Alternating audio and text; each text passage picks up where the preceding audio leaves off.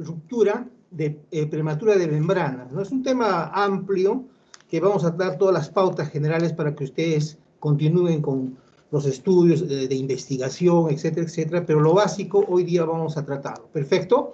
Van a disculpar, estoy vestido así porque estoy en un ambiente contaminado y es la manera de que tenemos que llevar a cabo estas clases. Entonces, mire, sobre rotura prematura de membranas o ruptura prematura de membranas se habla bastante, hay bastante literatura. Es cierto que Williams lo tiene un poquito, digamos, junto a otras patologías, no sé si se han dado cuenta, un poco más lo tiene, ¿qué le digo?, resumido, el libro de Schwartz, que más o menos nos orienta, ¿no? Pero como vamos a ver, hay varias terminología que tenemos que aprender para poder nosotros ir desarrollando adecuadamente este tema. Perfecto. La primera, por favor. Perfecto. Entonces, acá vemos que tenemos varias definiciones sobre ruptura prematura de membranas, ¿no? La Organización Mundial de la Salud años llevó este tipo de definición como una solución de continuidad espontánea de las membranas corioamnióticas. Mire, estamos hablando corioamnióticas, o sea, ya de las dos membranas, desde las 22 semanas de gestación hasta antes del inicio de trabajo de parto. Casi esta definición sí es muy importante, pero acá hay una situación que vemos espontánea. Entonces, eso hace colegir que nos puede llevar a una confusión, porque van a ver en las definiciones, también va a haber una ruptura prematura de membranas espontánea, ¿no? Entonces, ahí un poquito nos puede llevar a confusión, pero es importante esta definición que la OMS durante años estuvo manejando y lo está manejando, ¿no? De acuerdo al CLAP, ¿no? la Asociación Latinoamericana y la COP, dan otra definición que básicamente va a estar dado, ¿no?, como una solución de continuidad en el amnios y el corium, ¿no?, producida antes del comienzo de parto, ¿no? Al menos hablan de una hora antes, según la COG, ¿no?, para poder diferenciar y hacer el diagnóstico adecuado. ¿Perfecto? Entonces tenemos estas definiciones que seguramente la bibliografía también hablan de otras, pero las más principales, las que estamos tratando ahora. ¿Perfecto? La siguiente. Entonces hablamos de dos membranas. Es bueno saber, ¿no?, siempre la embriología, la histología, ¿no?, y muchas veces la anatomía en todo proceso patológico que vamos a tratar. Entonces, para la parte académica y formativa es importante saber que estas dos membranas ovulares, ¿no?, tanto el amnios y el corium, están, en el caso del amnios, tiene un origen ectodérmico avascular, ¿no? Y el tamaño aproximado es 0.05 milímetros con 5 capas estructurales, ¿no? Hablamos de un epitelio, una lámina basal, una capa compacta, otra capa fibroelástica, una intermedia y otra esponjosa, ¿no? Y en cuanto al corium, hablamos de un tamaño de 0.06, ¿no?, de espesor a 0.12 milímetros, ¿no?, con 3 capas estructurales, la reticular, la membrana basal, la capa trofoblástico vascular, ¿no? Entonces hablamos en cuanto a su constitución de estos dos tipos de membrana. La siguiente. Entonces, vayamos a una clasificación sobre la ruptura prematura de membranas, ¿no? Generalmente hablamos de una ruptura prematura de membranas a término cuando es mayor de 37 semanas. Aproximadamente se presenta en el 8% de las gestaciones, ¿no? El comienzo de parto tiene lugar de manera inmediata, de modo que un 95% van a tener su parto normal, ¿no? Y esto sí está dentro de ese periodo. Y hablamos de una ruptura prematura de membranas pretérmino, cuando es menos de 37 semanas, básicamente va a estar entre el 2 al 4% de las gestaciones, ¿no? Y el tiempo hasta el parto suele ser de una semana más, aproximadamente. Vamos a hablar después del periodo, de a qué se refiere esto. Pero básicamente hablamos de a término cuando está mayor de 37 y pretérmino antes de la 37, para poder ubicarlos bien y hacer un diagnóstico adecuado. Otro de los significados y clasificaciones que podemos ver es una ruptura prematura de membranas previable, ¿no?, que va a estar en 1%, ¿no?, de las gestaciones. Es una ruptura de las membranas en gestaciones menores entre 23, ¿no? O 24 semanas. Básicamente, todas estas rupturas prematuras previables, ¿no? Que se denomina así, van a acabar, ¿no? En aborto, un 60%, o sea, es alto el porcentaje que acaba en aborto. ¿Perfecto?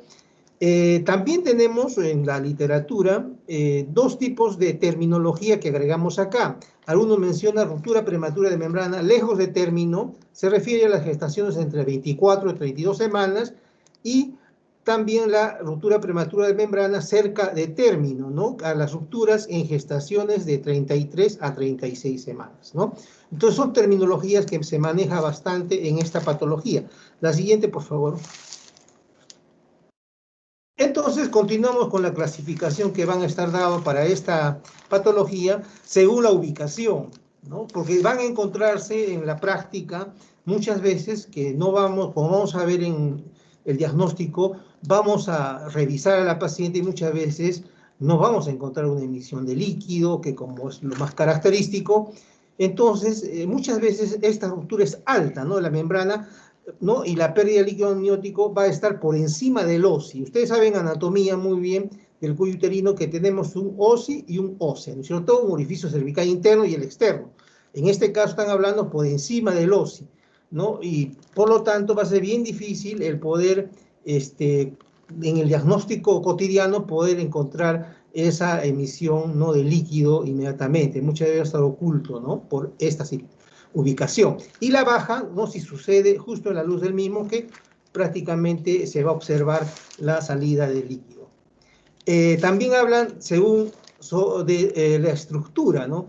Puede ser completa, ¿no? En caso de que abarque tanto el amnios como el corium, ¿no? Y muchas veces al mismo tiempo.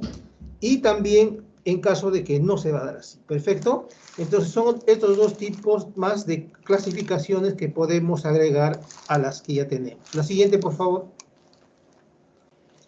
Entonces hay unos términos que manejamos, como les había dicho al iniciar la exposición, ¿no? Sobre ruptura espontánea de membrana. ¿A qué se refiere? ¿No? Es cuando ocurre posterior al inicio de trabajo de parto. Y si hablamos de una ruptura prematura de membrana, sucede antes del inicio del trabajo de parto. Entonces es importantísimo saber en qué momento está ocurriendo ya este inicio de trabajo de parto. Es muy importante que ustedes manejen esta terminología, ¿no? Y también hablamos de una ruptura precoz de membrana que ocurre durante el periodo de dilatación del parto, ¿no? Y una ruptura tempestiva si ocurre durante el periodo exclusivo del parto. Asimismo, también tenemos otra terminología que es la ruptura prolongada de membrana, que va a estar dado por el periodo de latencia mayor a 24 horas, ¿no? Y hablan también alguna literatura que si es una gestación a término es aproximadamente 24 horas y si es pretérmino 48 horas. Eso seguramente ustedes en la literatura que están estudiando, revisando, van a encontrarse con estas terminologías, ¿no? Y con estas situaciones. Perfecto. Y también el periodo de latencia, que es importante que ustedes recuerden a qué nosotros nos referimos, ¿no? Es el tiempo transcurrido entre la ruptura de las membranas y el inicio de trabajo de parto. Recuerden bien eso, ¿no? Porque va a ser utilizado posteriormente para hacer los diagnósticos, inclusive el tratamiento adecuado y oportuno. La siguiente, por favor. Justamente acá vemos el periodo de latencia relacionado con la edad gestacional, ¿no? En un embarazo mayor de 37 semanas, aproximadamente 12 horas, entre la semana 28 y 37 va a ser dado aproximadamente en 24 horas y después de las 22 semanas, más o menos 48 horas. Anteriormente también habíamos más o menos distinguido, ¿no? Este periodo de latencia, ¿no? Relacionado con la edad gestacional. Entonces, según esto podemos colegir lo siguiente, que el tiempo de latencia tiende a ser mayor cuando menor es la edad gestacional en el momento de la rotura. Perfecto, entonces más o menos nos estamos ubicando para nuestro diagnóstico. La siguiente, por favor. La incidencia que va a estar dada por esta patología, más o menos con una frecuencia de 8 al 10%. Alguna bibliografía habla un poco más. William Schwartz, que nada, lo centra en 10%, ¿no? Básicamente por ahí va a estar dado. Y si es una ruptura prematura de membrana prolongada, va a estar más o menos en el 5%, ¿no? Con esa frecuencia. Después de las 37 semanas, 80 al 90%, como ustedes verán, muchas de ellas van a acabar en parto, ¿no? Porque justamente va a estar dado ya en ese periodo. En embarazos a pretérmino, 20%, en partos prematuros y espontáneos, un 50%, ¿no? Y también acá es algo importante mencionar es que como causa de, ¿no? de un parto pretérmino aproximadamente un 50%, ¿no? Y va a contribuir también con alguna de la mortalidad perinatal, más o menos 20% por las infecciones, que posteriormente también lo vamos a ver y lo van a revisar, ¿no? Que va a ocasionar, entonces va a contribuir. Entonces hay que tener cuidado, ¿no? En este tipo de patología, que parece a veces inofensiva, que podemos manejarlo, pero muchas veces va a llevar inclusive, ¿no? Como contribuyente para una muerte materna. La siguiente, por favor. Bueno, como le decía al inicio, es bueno saber también las estructuras, ¿no? Para ver la anatómica, para saber la fisiopatología, ¿no? Esta es una figura que está en mucho de la bibliografía, tanto que ustedes están revisando, seguramente ya lo han visto algunos, sobre las membranas fetales a término y composición extracelular, ¿no? Las capas, como les había mencionado al inicio, el amnios y el corium, ¿no? El amnios con el epitelio, la membrana basal, la capa compacta, la capa fibroblástica, ¿no? Y la capa esponjosa, que acá le denominan intermedia, ¿no? Todas ellas, como verán, están dadas por colágeno, ¿ves? Entonces verán que es importante, ¿no? Y también los tipos que U3, 4 y 5 es el más frecuente, ¿no? Y las láminas que cada una de ellas, ¿no? La primera fibronectina, la segunda también fibronectina, la tercera también y la quinta más o menos tiene proteoglicanos, ¿no? Entonces básicamente es cuando a su composición de la matriz extracelular, ¿no? Entonces, posterior a eso tenemos el corium, que va a estar dado por la capa reticular, la membrana basal y el trofoblasto. También constituye el colágeno, ¿no es cierto? Es importante, ¿no? Con proteoglicanos y la lámina de fibronectina, ¿no? Que seguramente han estudiado que es importante en la composición de estas membranas, ¿no? Esta zona morfológica se altera a veces, ¿no? Y tienen los problemas, pero las dos tienen un espacio virtual, que van a estar ambas al inicio separadas, ¿no? Pero luego en la evolución de la gestación se adosa, ¿no? Para poder proteger y tiene varias funciones que vamos a revisarlo a grosso modo, porque seguramente ustedes ya le han tocado esos temas,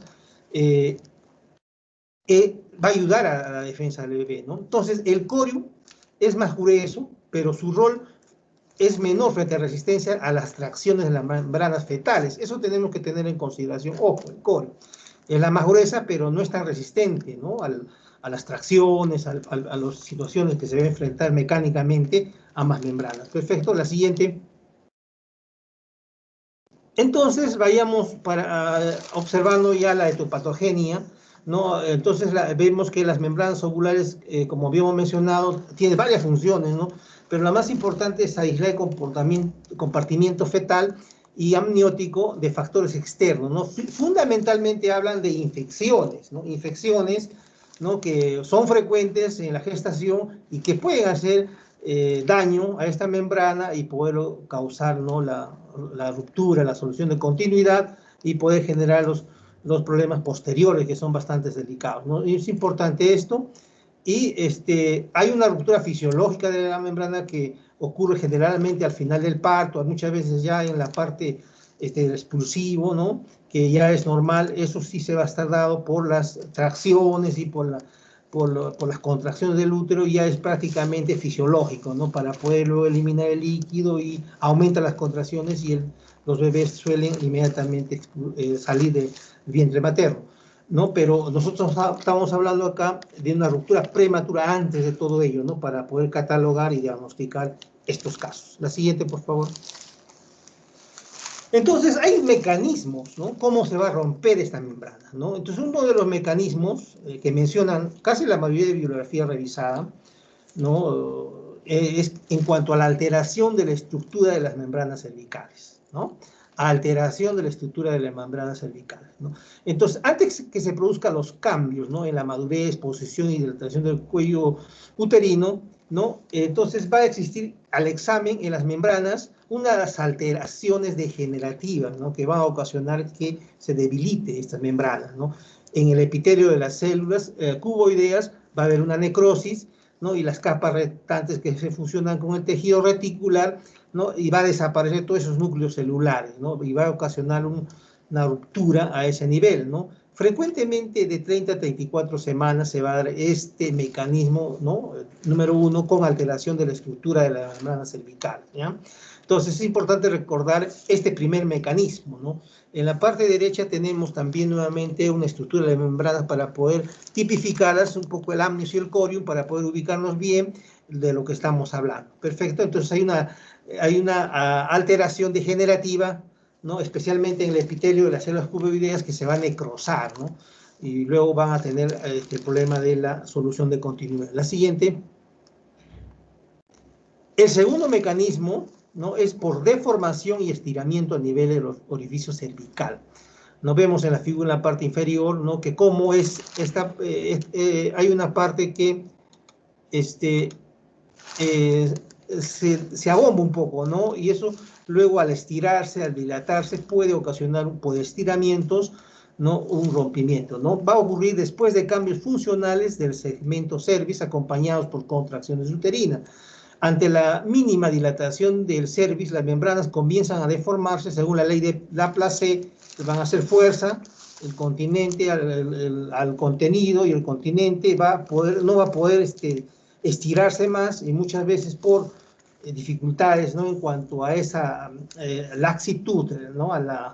De las membranas, va a acabar por romperse, ¿no? Entonces, ante la mínima dilatación del cervix, las membranas comienzan a deformarse, ¿no? El examen histológico de las membranas va a mostrar la separación y la ruptura del epitelio cuboideo de características normales. En la mayoría de las rupturas prematuras membranas, antes de término, el amnios y el corium se rompen simultáneamente. Eso tenemos que tener en consideración también, y va a ser la salida del líquido más constante. Eso también tenemos que tener en consideración. La siguiente, por favor. El tercer mecanismo es en cuanto a la formación o rotura de dos sacos ovulares, ¿no? Los sacos, hablamos del corium amnios, que están virtualmente a veces contenidos, ellos están ambos para poder proteger al líquido amniótico, y a su vez también al contenido, al feto interno que está desarrollándose. Entonces, hay acumulación, es lo que menciona la literatura, de líquido amniótico en ese espacio virtual que les menciono y que hemos visto varias veces, ¿no? En el espacio virtual amniocorial, ¿no? Entonces hay una acumulación de líquido amniótico, ¿no? Puede ser por filtración a través del amnio o por secreción. Entonces el punto más frecuente de la ruptura va a ser en la zona que contacta con el orificio cervical, ¿no? Justamente en la parte inferior. Entonces lo mismo por presiones y porque hay esta acumulación de líquido, va a hacer que vaya a romper. En estos casos, por ejemplo, muchas veces va a romperse no las dos juntas, sino una después de la otra, ¿no? Entonces va a haber un rompimiento anticipado de un amnios o el corium, y posteriormente la siguiente, ¿no? Por esta acumulación de líquido de filtración dentro de las dos capas. Y hay un cuarto mecanismo que alguna literatura lo menciona, pero lo más fundamental es, hablamos de Schwartz, William, van a estar dados estos tres mecanismos, ¿ya? El cuarto vendría a ser como un adicional, ¿no? En cuanto iatrogénicamente, ¿no?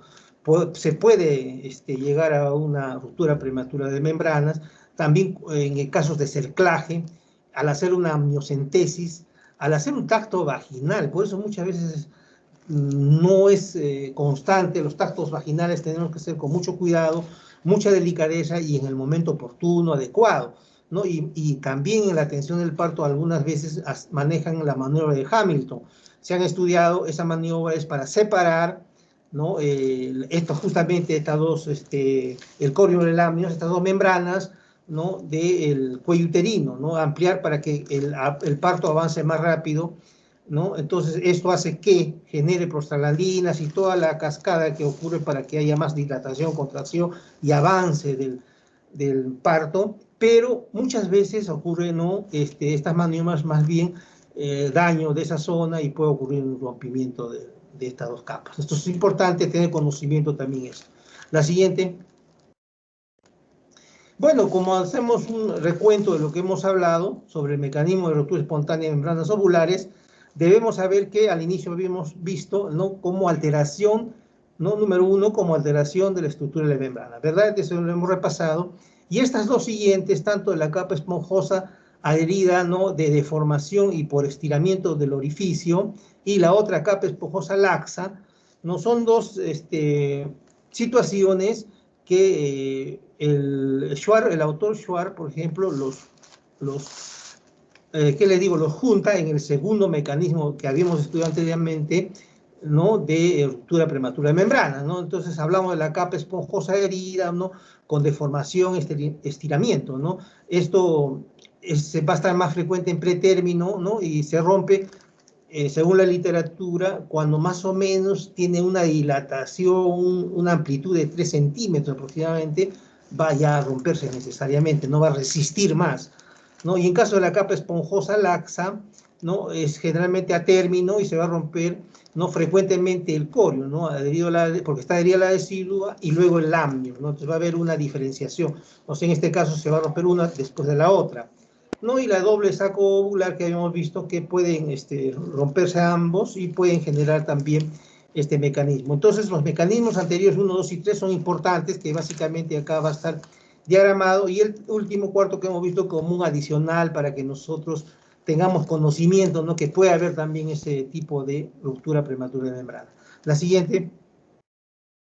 Bueno, este es un cuadro que se maneja bastante dentro de la fisiopatología, ¿no? Como un esquema propuesto. Ustedes de repente ya lo han visto, pero es muy interesante porque nos ayuda a entender, ¿no? Con estudios básicamente científicos, como académicos que somos, demostrar cómo es que hay esta ruptura prematura de membranas, ¿no? Es un esquema propuesto, ¿no? De los mecanismos involucrados en la ruptura prematura de membranas ovulares, y acá hay varias vías, ¿no? Es multifactorial, como vemos, ¿no? Puede haber desde lo fundamental, lo más importante, infecciones, que eso vamos a ver muy frecuente en nuestro país, ¿no? Tanto vaginal, etcétera, etcétera, que vamos a ver posteriormente, que puede llegar a tener, ¿no? Una alteración, ¿no? Igual que una distensión de las membranas también, o una isquemia placentaria, ¿no? Por otras causas, ¿no? ¿Qué va a haber? Generalmente no va a actuar sobre el factor necrosante tumoral, ¿no? Y va a liberar interleucinas, prostaglandinas, ¿no? Y van a despertar, ¿no?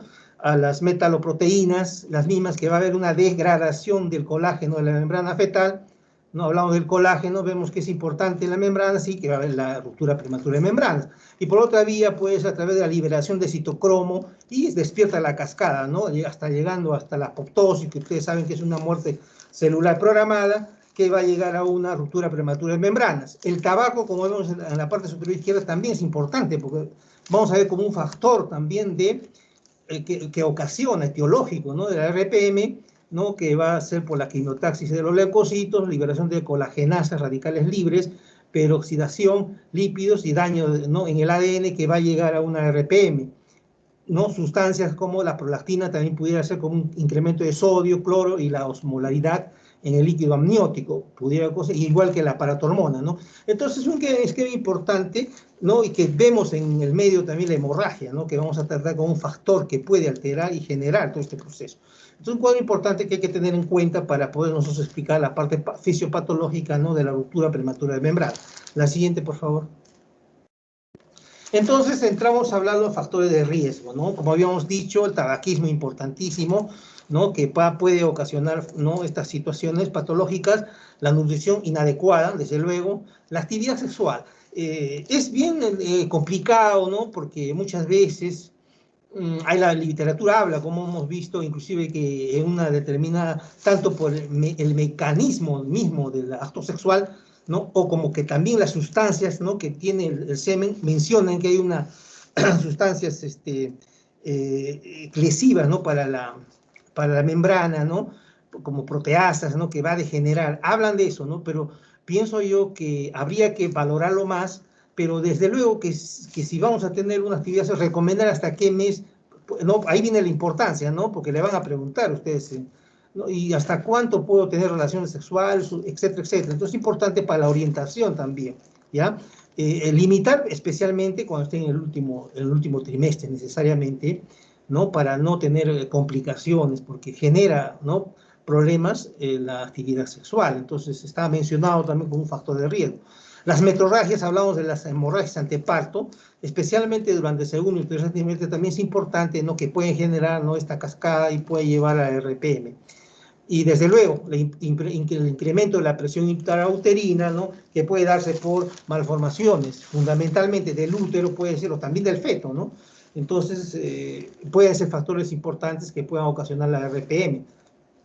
Y hablan de la insuficiencia cervical, muy frecuente muchas veces cuando las pacientes han sido conizadas, ¿no?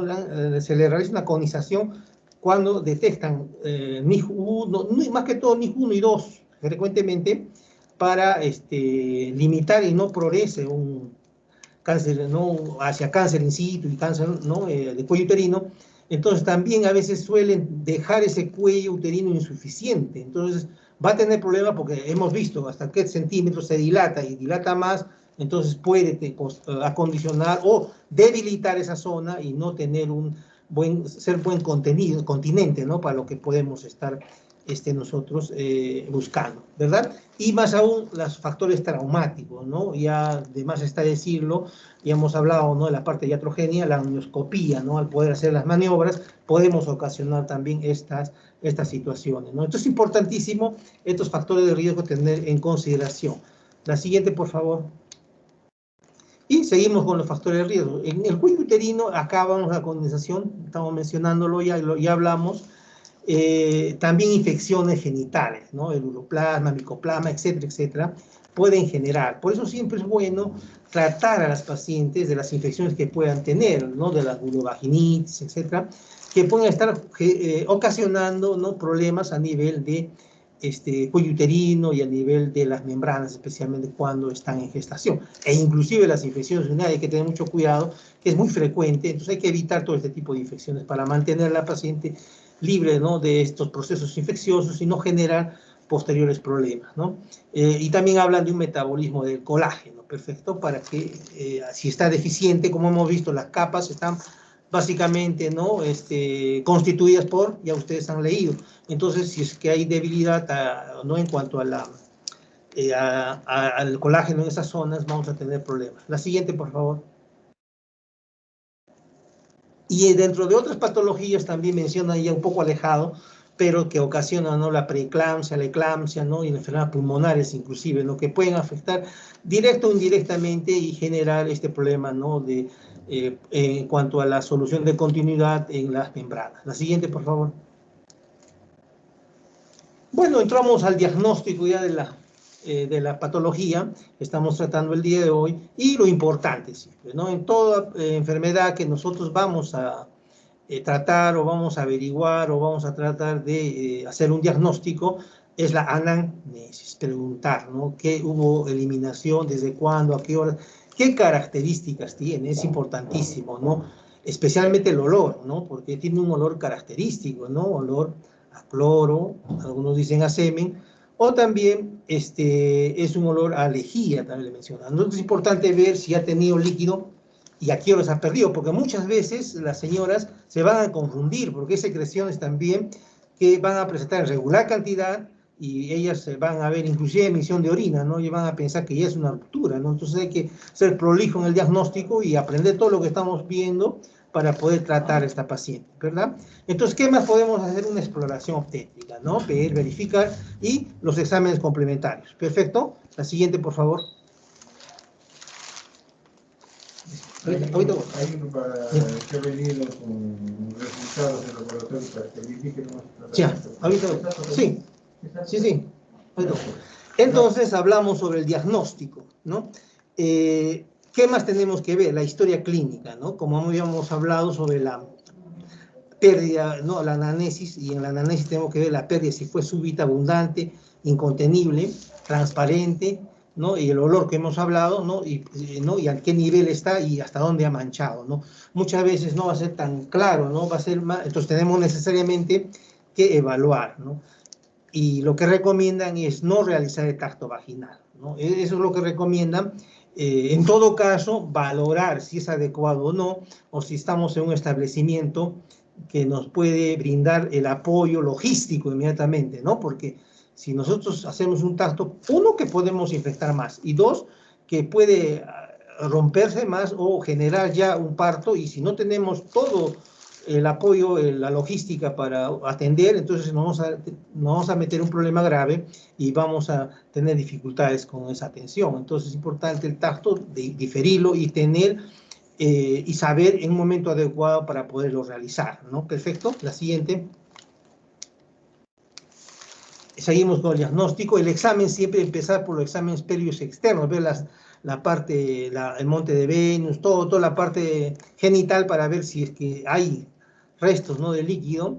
Y si no vemos nada, no se puede objetivar, no está en la zona objetivable ¿no?, con sustancias para poder hacer un diagnóstico rápido, entonces necesariamente tenemos que ver y realizar una especuloscopía, ¿no es cierto? Entonces, mucho cuidado también al manejar el espéculo. No tienen que adecuar, abrir con la mano izquierda, ¿no?, con los dos dedos, separar los labios e introducir lateralmente, no directamente. Y no rápido, con mucho cuidado, porque muchas veces se traba, o otras veces también esas dos bases que tiene, ¿no?, puede morder una parte de la mucosa vaginal y es un dolor, ¿no?, bastante que les va, ¿no?, que les va a ocasionar y también su trabajo no va a estar bien prolijo, ¿no? Tienen que tener mucho cuidado y de repente en las rotaciones de práctica, ahora o después, seguramente es importante que ustedes aprendan a manejar para poder hacer un diagnóstico claro. Pero ahí ven una imagen en la parte inferior, cómo es que maneja el espéculo y cómo es que abre y se ve el cuello, ¿verdad? Lo que está al fondo es el cuello uterino y están viendo si hay líquido o no. Esto es importante, ¿ya? Para observar la emisión del líquido o no. La siguiente. Y en ese examen justamente tenemos que ver que la salida de líquido, ¿no? Porque supóngase no hemos podido determinar, o en todo caso hemos visto que está mojado, ¿no?, hasta las zonas del perineo, o puede ser las zonas de la pierna, que a veces gotea también. Entonces queremos saber cómo sale, ¿no?, de dónde sale, ¿no? Entonces vemos y observamos la eminencia de la salida de líquido, ¿no? Que hay dos signos importantes que alguna bibliografía lo describe, ¿no? El signo de Bonaire y Tarnio, ¿no? Con la primera, la Bonaire, salida de líquido por inspección, comprimiendo la altura del fondo uterino, ¿no? Se hace el examen y coloca el espéculo y aprieta la zona, ¿no?, de la altura del fondo con una mano y ve por la parte del cuello uterino si emite líquido o no. Y la otra Tarnia, ¿no?, la salida también de líquidos, pero rechazando la presentación hacia arriba, ¿no? De otra manera para poder objetivar, ¿no?, que la salida del líquido, ¿no? Y muchas veces todavía no se puede ver, observar. La siguiente, por favor. Entonces nosotros tenemos que valernos de una maniobra que lo utilizan en varias partes de patología, ¿no?, de la medicina, ¿no?, la maniobra de Valsalva, ¿verdad? Entonces, de ese modo, con el espéculo ahí viendo el cuello, que haga una expiración prolongada de 15 segundos y vemos si, ¿no?, hay emisión de líquido o no, ¿no? Entonces, esa es otra evidencia, ¿no?, para poder objetivar la salida del líquido amniótico. Perfecto. La siguiente. Entonces, hablamos ya, una vez hecho la observación y también la evaluación, ¿no?, vemos, ¿no?, si es que no nos queda satisfecho, tenemos que hacer un diagnóstico ya en laboratorio, ¿no? Y de ello hablamos varios, ¿no? En la literatura hablan de varios análisis. Uno de ellos es el test de cristalización, que ustedes seguramente alguna vez lo han escuchado, el test de lecho, el test de nitracina o prueba de pH, ¿no? Normalmente sabemos que el líquido amniótico tiene un pH de 7.3, ¿no? También hablamos de una detección de células de descamación, ¿no? También la presencia de fosfatidilglicerol, esto en caso, ¿no?, de ver las sustancias surfactantes, los neumocitos 2 que está produciendo a nivel pulmonar, no vemos cómo o si hay esa presencia en el líquido amniótico o no. Entonces es importante también para nuestra disquisición clínica. Y también una prueba que se encuentra en una literatura en cuanto al cambio de color del líquido amniótico en la placa o en una laminilla, ligeramente se calienta y se torna de color blanco, ¿no?, en caso de que sea líquido amniótico, ¿no? Entonces, es otra de las pruebas que se pueden usar, ¿no? Y también la presencia de alfa-fetoproteína, ¿no? Y acá hablamos de la ultrasonografía, que es importante porque nos va a determinar muchas veces, ¿no?, y nos va a ayudar en el diagnóstico, ¿no?, en cuanto a la cantidad de líquido que pueda tener, ¿no?, esta gestante. Entonces, es importante estos exámenes para poder evaluar y diagnosticar, ¿no?, la RPM. Perfecto. La siguiente. Entonces, hablando del diagnóstico, vemos el test de cristalización, que se va a tomar una muestra del fondo del saco vaginal, que va a dejarse secar sobre un portaobjeto y se va a observar el microscopio. Vemos ahí en la imagen la cristalización en hojas de lecho, ¿no? Eso va a indicarnos de que las membranas están rotas, ¿no? Y si no ocurre esto, necesariamente puede ser otro líquido, orina, etcétera, etcétera, que puede estar confundiéndonos el diagnóstico. La siguiente, por favor. El segundo diagnóstico, test de nitracina o del pH, se coloca un papel de nitracina, ¿no? En una colección de líquido, más o menos 15 segundos. Sabemos que el pH de la vagina más o menos es ácido, ¿verdad? 3.5, 3.8 a 4.5, pero en la embarazada un poquito se sitúa entre 3 a 6.6, ¿verdad? Y el líquido amniótico está más allá, 7, 7.3 hemos dicho anteriormente. Entonces se va a basar en el viraje, en el color azul que sufre una cinta reactiva de nitracina, ¿no? Cuando es expuesta. Si es a un pH de 5 a 6, va a ser membranas íntegras, pero si es un pH de 6.5, inclusive 6, habla alguna literatura, a 7.5 va a ser membranas rotas, ¿no? Entonces ese viraje azul, vamos a ver que está en basicidad, ¿verdad? Entonces va a estar diciéndonos que estas membranas no están íntegras, están rotas, ¿verdad? Pero existe también dentro de la literatura falsos negativos, ¿no? ¿En qué casos? ¿No? Cuando el líquido amniótico es insuficiente, no alcanza, ¿no? La cantidad, también puede tener en la vagina mayor acidez por las infecciones que pueda tener a ese nivel, ¿no? O también cuando se hace este examen pasada de 4 horas de la ruptura, entonces va a dar un diagnóstico no real, ¿no? Y también como falsos positivos, ¿no? Cuando son muy alcalinas, ¿no? Hay sangre, ¿no? Puede ser, o semen, ¿no? Moco cervical, o puede haber una orina que en esta paciente puede ser alcalina, ¿no? O jabones que han podido utilizar anteriormente. Claro que no se debe utilizar en la zona, pero sucede muchas veces que nos pudiera orientar a un falso positivo. Hay que tener siempre presente, hay que ser bien prejuicioso y hay que tener siempre la intuición y ser perspicaz como médicos para poder observar y también todo, porque si no, muchas veces nos engañamos. Hay que tener mucho cuidado en todo eso y tener un diagnóstico adecuado con este test. La siguiente, por favor. En cuanto a la detección de células naranja, es la prueba de tinción de células por la descamación de la piel y de los glóbulos lipídicos, ¿no? En este caso, se mezcla una gota de contenido vaginal, obtenido del fondo de saco, con una gota de azul de Nilo, ¿no? Entonces se va a observar células descamadas de la piel fetal, ¿no? Y algunos glóbulos que se van a teñir de color naranja. Por eso ese nombre tiene, ¿no? Detección de células naranjas, ¿no? ¿Va a haber falsos negativos? Claro que sí. En algunos casos donde existan pocas células naranjas y la gestación es menor de 32 semanas. Ojo.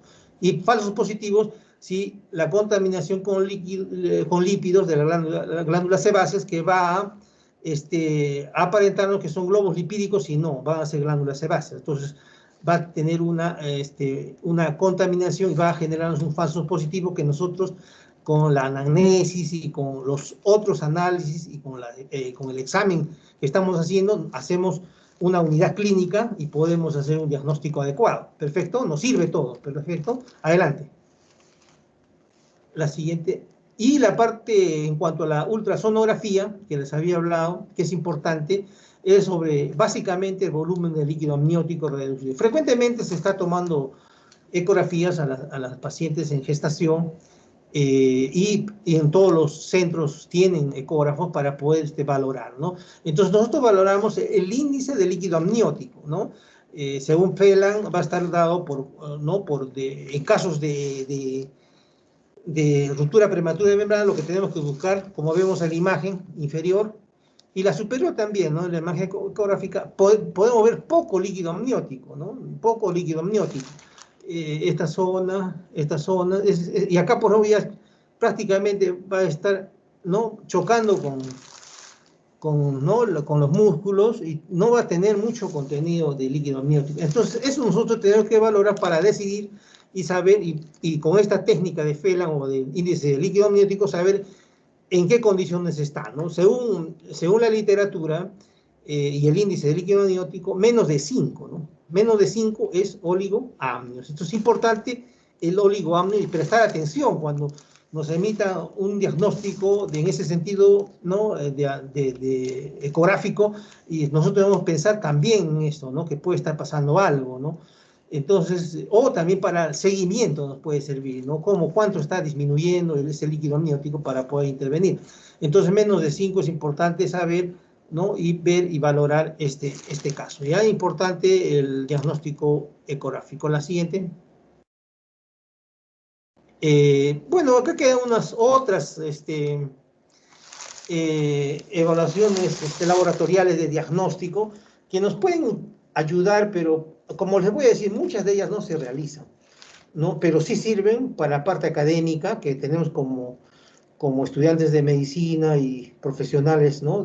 Tenemos que saber, porque en un momento dado pudiera ser que, ¿no? Se pueda determinar estas pruebas y nos pueden ayudar mucho. Por ejemplo, hablamos de la inyección intraamniótica de colorantes como el azul de Evans o índigo carmín, cuya detección en la vagina confirma el diagnóstico. Claro, ingresamos por la área superior, muchas veces con guía ecográfica también, porque si no podemos pinchar al bebé. Entonces hay que tener mucho cuidado en esto. Casi no se hace, pero es bueno, como les digo, mencionarlo, porque eso van a encontrar en la bibliografía.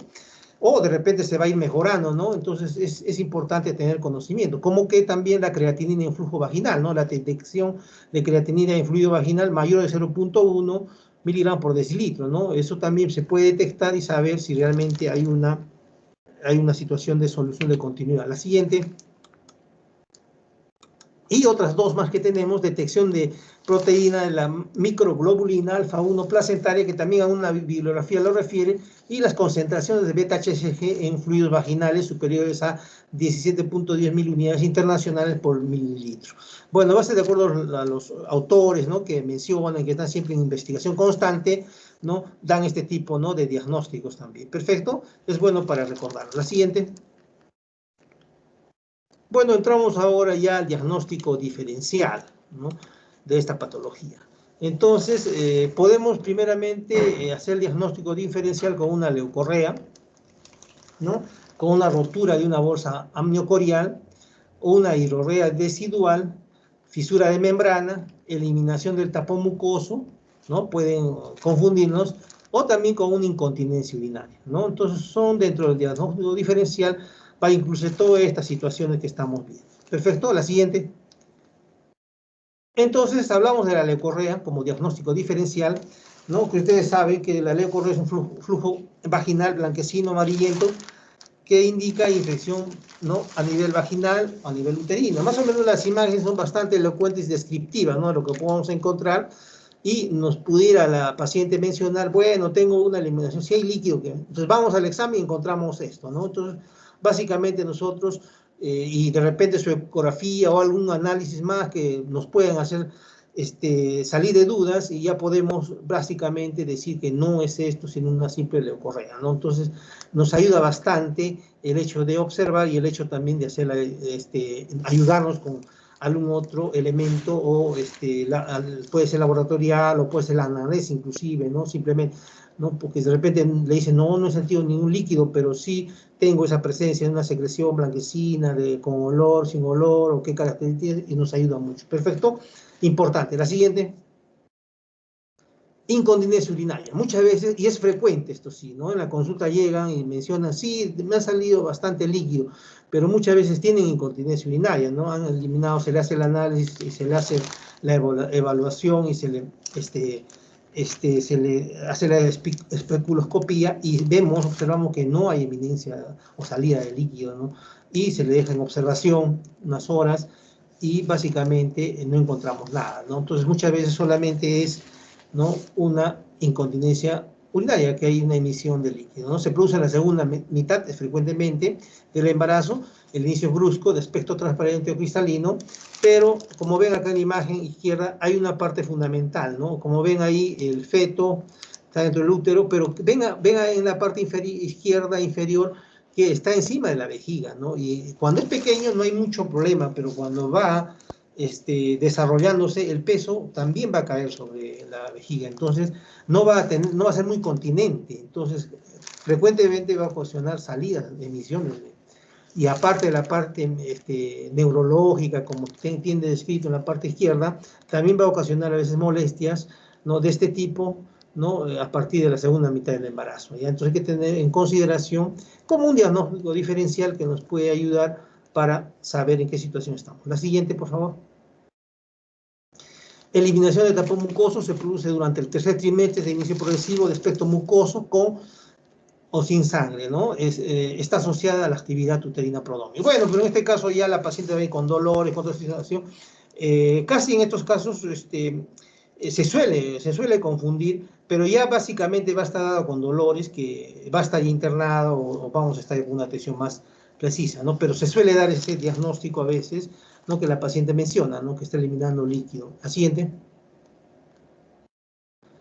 En el caso de la fisura de membranas, hay pérdida de líquido en cantidades variables en cualquier etapa del embarazo. Acá sí hay que tener mucho cuidado y se diferencia de la ruptura prematura de membranas porque en la fisura debe haber integridad en el polo inferior del saco ovular. Básicamente, esto es una alternativa de la ruptura alta, ¿no?, porque no va a estar dado por la parte, ¿no?, inferior, ¿no?, cervical, que puede estar eliminando, sino la parte superior, que muchas veces no lo vamos a observar. Entonces, ¿qué nos va a ayudar mucho?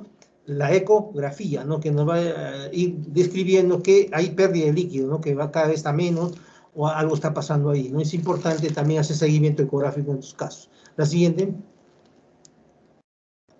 En cuanto a la ruptura de una bolsa amniocorial, por la acumulación de líquido amniótico en el espacio amniocorial, generalmente dada por infiltración o secreciones a través del amnio, se va a depositar en ese polo inferior, que al romperse va a ocasionar su salida, ¿no? Entonces va a ser muy parecido a un segundo mecanismo que hablamos, ¿no?, de la RPM, pero en este caso va a ser por secreciones u otras situaciones, no necesariamente de líquido, ¿no? Entonces va a ocasionar que eso también se vaya rompiendo y pueda ocasionar un problema de esta bolsa amniocorial que nos genere y pueden estar ocasionando, ¿no?, para el diagnóstico diferencial y poder hacer una disquisición clínica adecuada. La siguiente. Hidrorrea residual. También en este caso, secreción cristalina con o sin sangre derivada de la degeneración de la decidua, ¿no?, durante su fusión con la decidua parietal, hacia más o menos las 12 o 18 semanas del embarazo, ¿no?, que muchas veces va acompañada de inflamación crónica localizada en el endometrio, ¿no? Entonces va a haber una secreción cristalina por esa decidua que se va a degenerar. Perfecto. Entonces también eso puede hacernos confundir con una, ¿no?, ruptura prematura de membranas, pero los análisis que hemos observado, el anamnesis nos va a ayudar a diferenciar. La siguiente. Bueno, esto es un cuadro que básicamente nos ayuda a diferenciar, ¿no?, la leucorrea, ¿no?, que es más frecuente, con un flujo vaginal blanco, amarillento, infeccioso, asociado a prurito, ¿no? Eso, por ejemplo, es importante para hacer la distinción clínica. En caso de la incontinencia urinaria, es frecuente en la segunda mitad del embarazo, especialmente multíparas, ¿no?, por relajación perineal y rectocistocele, y hay que descartar en estos casos infección del tracto urinario. En cuanto a la eliminación del tapón mucoso, es frecuente también con un fluido mucoso, a veces sanguinolento, pero ¿qué más va a tener muchas veces? No toda la sinología de trabajo de parto, entonces también la diferenciación va a ser rápida. Entonces las otras son un poco infrecuentes, ¿no? Entonces lo importante son estos que más podemos nosotros tener en la práctica diaria y tener la sapiencia para poder hacer el diagnóstico clínico. La siguiente. Complicaciones, la siguiente. Corionionitis, importantísimo, justamente todo va derivado a ello, ¿no? El tratamiento lo mismo, no queremos llegar a una corionionitis porque es bien difícil el tratamiento y muchas veces se complica también con la muerte fetal o materna. Cuidado, no debemos llegar a esto, ¿no? Pero eso es una de las complicaciones del RPM, por eso tenemos que estar acuciosos con un diagnóstico precoz y oportuno en estos casos, ¿no? Esta corionionitis, que seguramente lo van a tocar ustedes en tema específico, pero solamente como un recuerdo, ¿no?, como una inflamación de las membranas fetales con una evidencia de infección intrauterina, ¿no? Los leucocitos monoclonales y polimorfonucleares se van a infiltrar en el corium, ¿no?, y muchas veces en el hallazgo microscópico vamos a determinar que está infectado, ¿no? Pero aparte de eso, la sintomatología, la siguiente, por favor, la sintomatología nos va a determinar, porque vamos a encontrar una madre con fiebre, ya nos va a determinar la fiebre, que básicamente tiene que haber una infección muy posible a ese nivel y nos tiene que poner en alerta para el tratamiento. Desprendimiento también se puede dar, ¿no?, en casos de la proporción, ¿no? Si hay una desproporción en el tamaño uterino después de la ruptura prematura de membranas y superficie de inserción placentaria, contribuyen a la separación. Por lo tanto, hay un desprendimiento, también nos puede ocasionar eso. ¿Ya? La siguiente. La siguiente. Entonces, son estas complicaciones neonatales que, bueno, esto ya lo va a ver la parte del neonatólogo, el pediatra, pero es bueno que ustedes sepan a grandes rasgos, ¿no? Que puede haber un síndrome de dificultad respiratoria, infección neonatal, asfixia neonatal, hipoplasia pulmonar y deformidades ortopédicas. La siguiente. El manejo. Ya estamos entrando casi a la última parte de la exposición, ya estamos en hora, creo, pero de todos modos es importante completar con ello, ¿ya? Entonces, en cuanto al manejo general, tenemos que ver varias características, como la edad de gestación, condición fetal, trabajo de parto, coriomionitis, si tiene o no, por qué, por la fiebre, o qué molestias tiene, o hay un sangrado por ahí. Pero lo fundamental son estas consideraciones para el tratamiento, ¿no? La edad gestacional es básico, ¿no? Como hemos visto en la terminología y la clasificación, ¿no? Para ver en qué semana de gestación está. Perfecto, 37 antes o después, 32, etcétera, etcétera, para poder ubicarnos. ¿Tiene coriomionitis o no? Con la sintomatología, ¿no? Vamos a ver en un cuadro que tenemos algunos de los síntomas, pero lo fundamental es fiebre, dolor en la parte inferior, ¿no? Que va a generar que esta paciente, ¿no?, puede estar cursando con una corio, ¿no? Es importantísimo. Y el periodo de latencia, ¿no? Para ver ya y instaurar el tratamiento, porque como vamos a ver, tiene un tiempo prudencial también para poder tratar. Perfecto, la siguiente.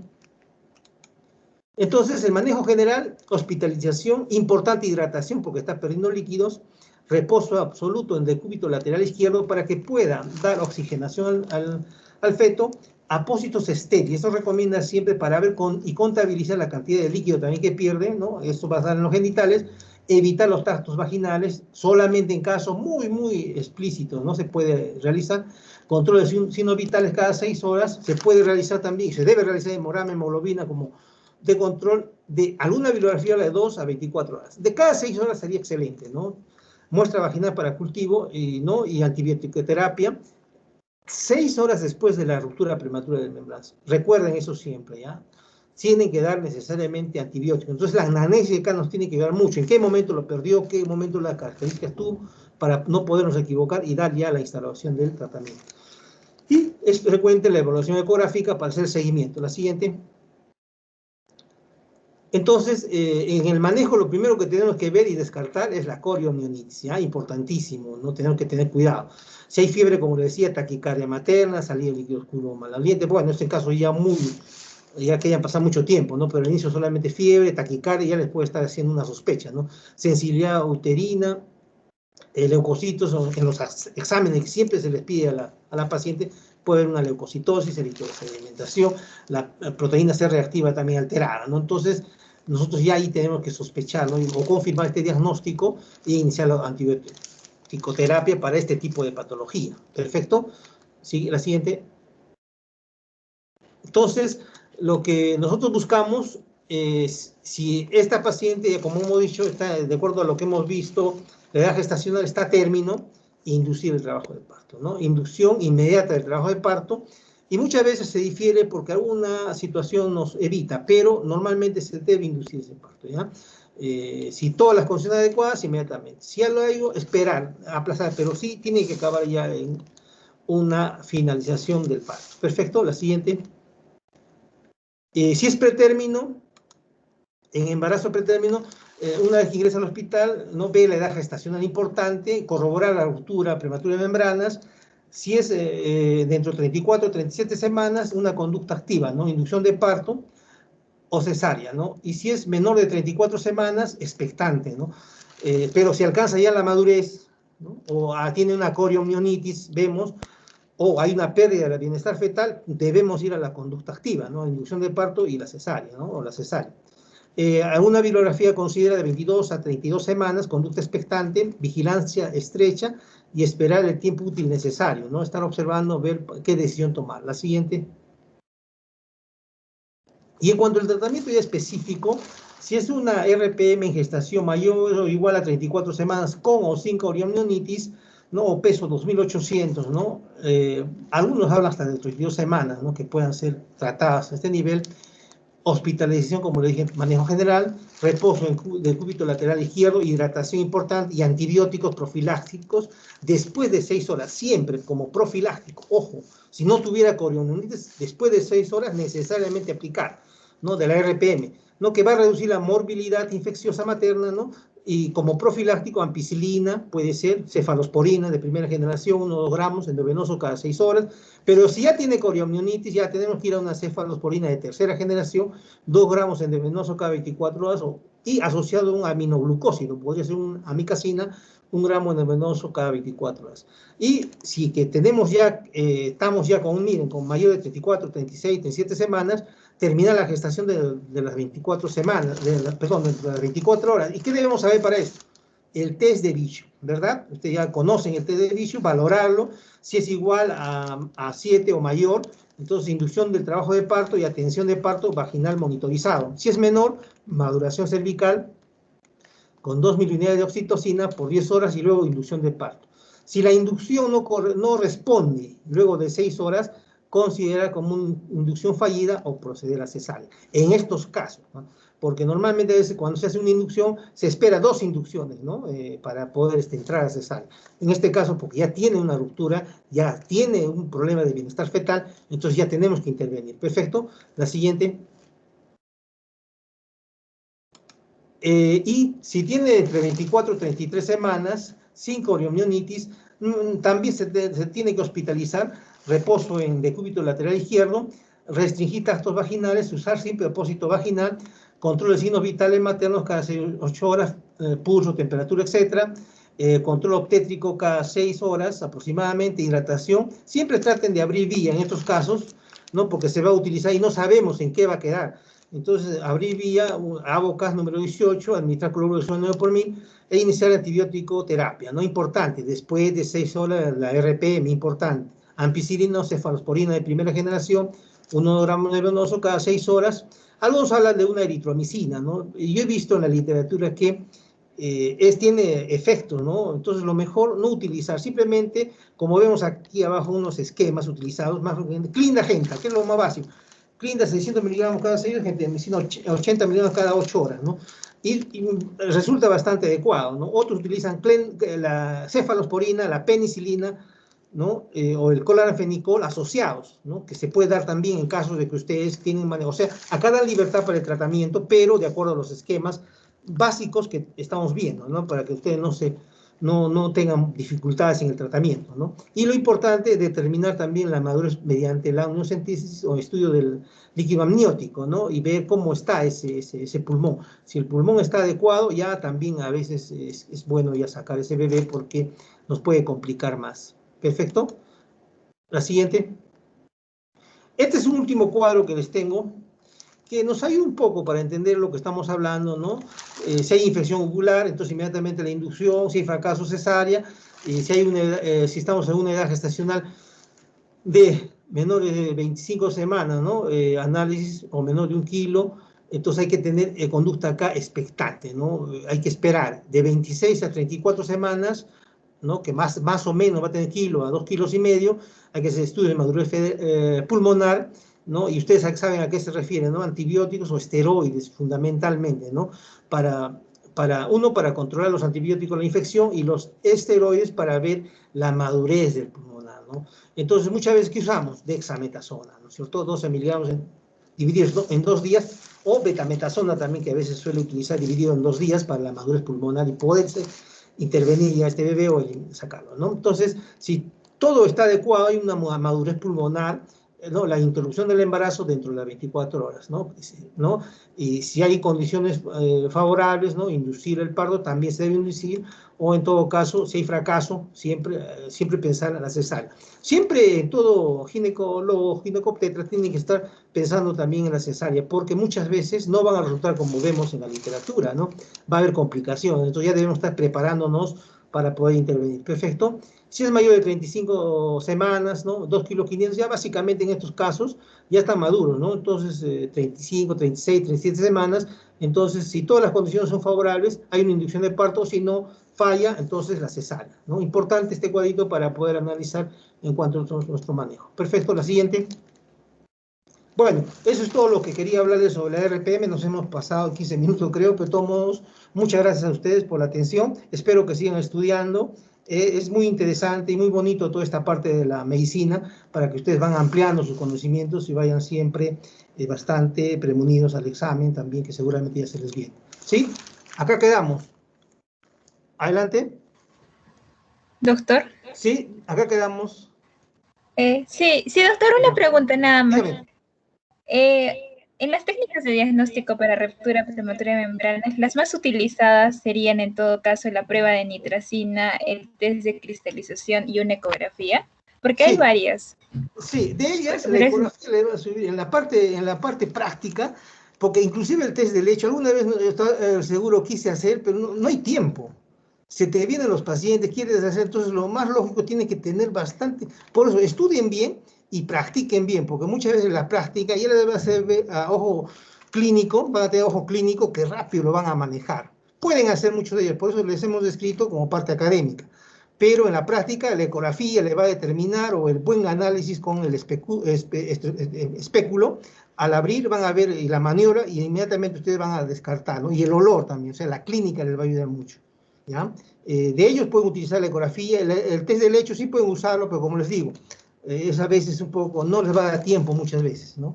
Entonces, porque también a veces se complica, ¿no? Entonces tienen que intervenir o tienen que decidir, ¿ya? Pero sí, se utiliza ellos, ¿ya? Los tres, test de nitracina, pH y el helecho, ¿no? Eso es lo más frecuente, y el manejo ecográfico, que es fundamental. ¿Perfecto? ¿Ok? Sí, doctor. Ya en eso quedamos, sigan muchas estudiando. gracias. Cualquier situación estamos ya en contacto. Buenas tardes, cuídense.